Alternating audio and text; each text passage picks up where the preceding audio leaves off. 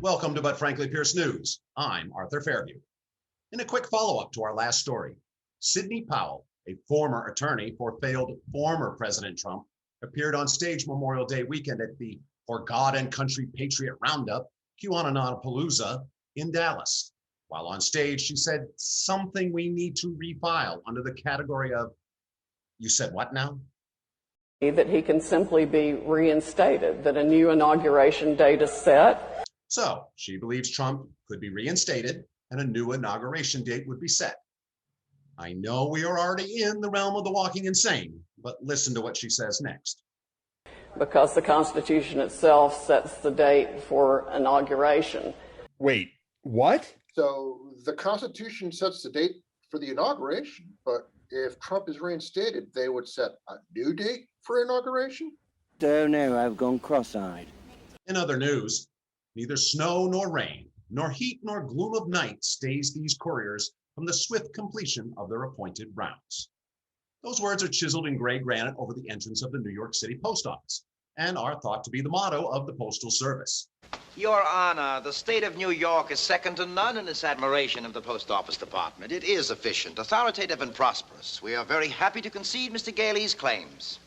For the record, Mr. Mara? For the record, anything to get on with this case. Or at least it was, until Louis Dejoy became Postmaster General. Dejoy made a name for himself by single-handedly dismantling the U.S. Postal Service.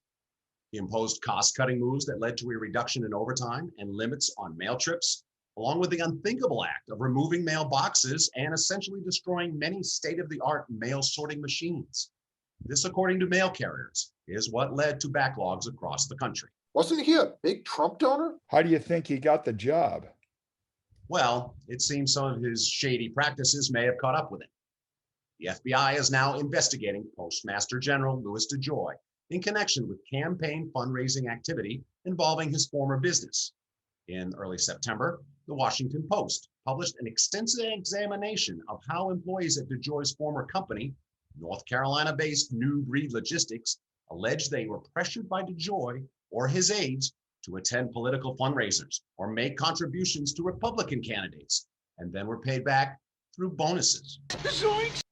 David Young, a longtime human resources director of New Breed Logistics, told the Washington Post that when Dejoy was a fundraiser for the Republican Party, he asked employees for money. We gave him money, and then he reciprocated by giving us big bonuses. Yeah, exactly how obscene an amount of money were you talking about? Just profane or really offensive? He continued by saying, when we got our bonuses, let's just say they were bigger, they exceeded expectations. And that covered the tax and everything else. Really offensive. I like him so much.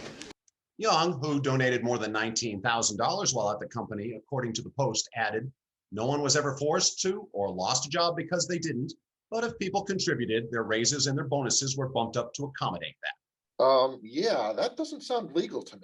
It's not. Representative Eleanor Holmes Norton of the Oversight and Reform Committee offered this take on their investigation into Dejoy. In addition to the federal felony of repaying his own employees, he may have committed yet another felony by lying under oath. Yes, the investigation goes deeper. In August of 2020, under oath, Dejoy was asked a series of questions by lawmakers in a congressional hearing. But it is this one response the Congresswoman was referring to. Did you pay back several of your top executives for contributing to Trump's campaign by bonusing or rewarding them? That's an outrageous claim, sir, and I resent it. So you did not bonus or reward any of your executives? No. Anyone that you solicited for a contribution to the Trump campaign? No, sir. So all your campaign contributions I'm fully aware of legal campaign contributions. Well, what if and I resent the assertion, sir. What are you accusing me of? The reimbursements Dejoy made to former employees at New Breed Logistics could run afoul of state or federal laws, which prohibit straw donor schemes meant to allow wealthy donors to evade individual contribution limits and obscure the source of the candidate's money. Straw donor scheme? In so-called straw donor schemes, one person makes a political donation but is reimbursed by another. This allows the second person to get around campaign contribution limits to funnel more cash to a favored candidate. So, the guy running the U.S. Postal Service is under investigation for multiple felonies by congressional committees, the Justice Department, and the FBI. Nice. The last guy in the White House left us a floater. Let's face it, he takes DeJoy out of everything. This has been But Frankly Pierce News. Thanks for watching. I'm Arthur Fairview. Big money. It's that old-time religion. It's the kingdom they would rule. It's the fool on television getting paid to play the fool.